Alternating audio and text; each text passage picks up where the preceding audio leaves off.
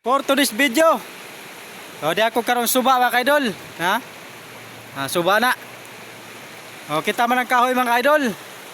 Mga anod na mga kaidol, akong gitapok.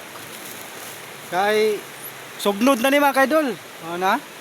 Nidag ko. Dapoy gagmay. So na og sako mga kaidol. Kay libre na ni nga sugnod mga kaidol. Kani pa bay isakag buod mga kaidol. Mga anod ni mga kaidol ang gitapok na. Ni ibutang sa akong landahan mga kaidol kay kana magluto kog balot. Kusog mag-init. Nga dali ra po di mauga.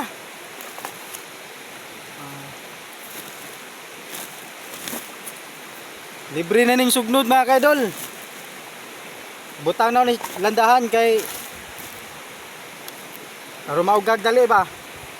Labi nagmaginit magluto kog balot. Mauga na dia.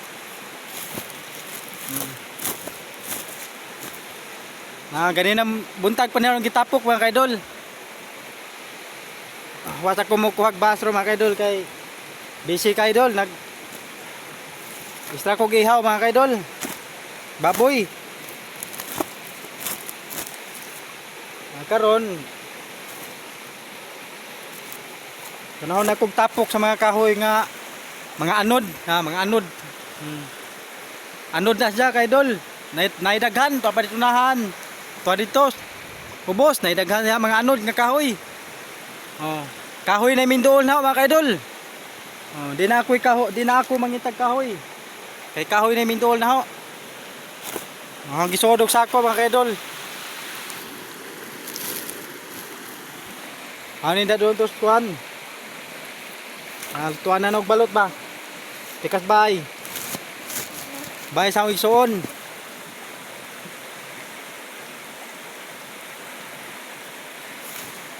Itong panahon rin mga idol, talitaligsik na pod. Day mga dagko mga kahoy oh. Libre na sugnod mga idol.